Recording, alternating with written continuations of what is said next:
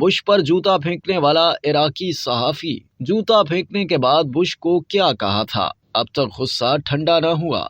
साल 2003 में उस वक्त के अमरीकी सदर जॉर्ज डब्ल्यू बुश पर जूता फेंकने वाले इराकी सहाफ़ी का गुस्सा अभी ठंडा नहीं हुआ। मुंतज़िर अल-ज़ैदी ने अमरीकी क़यादत में इराक पर हमले के बाद पैदा होने वाली बदउनवानी और अफरा तफरी पर अपने गुस्से का इजहार करने के लिए एक न्यूज़ कॉन्फ्रेंस में साबिक सदर जॉर्ज डब्ल्यू बुश पर अपना जूता फेंकने से शोहरत हासिल की थी।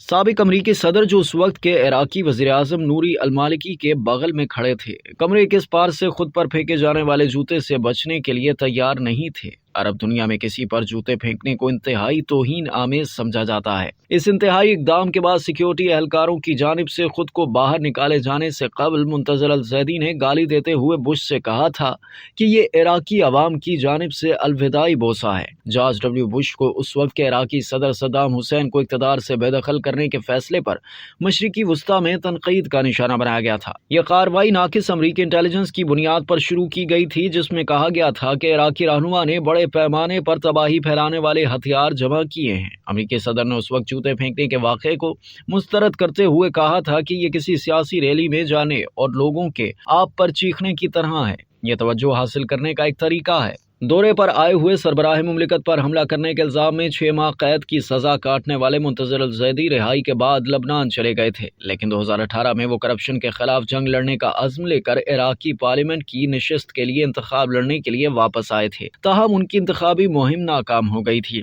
रॉयटर्स से बात करते हुए इराकी सहाफ़ी ने कहा कि वही लोग जो 20 साल पहले काबिज़ के साथ दाखिल हुए थे, अब भी नाकामी और बदउनवानियों के बावजूद हुकूमत कर रहे हैं। उन्होंने 2008 में बगदाद मीडिया ब्रीफिंग के दौरान अपने इक़दामात का जिक्र करते हुए बताया कि अमेरिका अच्छी तरह जानता है कि वो जाली सियासतदानों को लाया है। उन्होंने मजीद कहा कि जब आप 24 घंटे लोगों का दर्द देखते हैं तो आपको तलखी महसूस होती है। मैंने बदउनवानी के खिलाफ मुहिम जारी रखी और मुझे जूता फेंकने पर कभी अफसोस नहीं हुआ। ये मंजर इस बात का सबूत है कि एक दिन एक सादा सा शख्स अपनी पूरी ताकत, जुल्म, हथियार, मीडिया, पैसे और इख्तियार के साथ उस मगरूर शख्स को इनकार करने और ये कहने की सलाहियत रखता था कि आप यानी बुश गलत थे।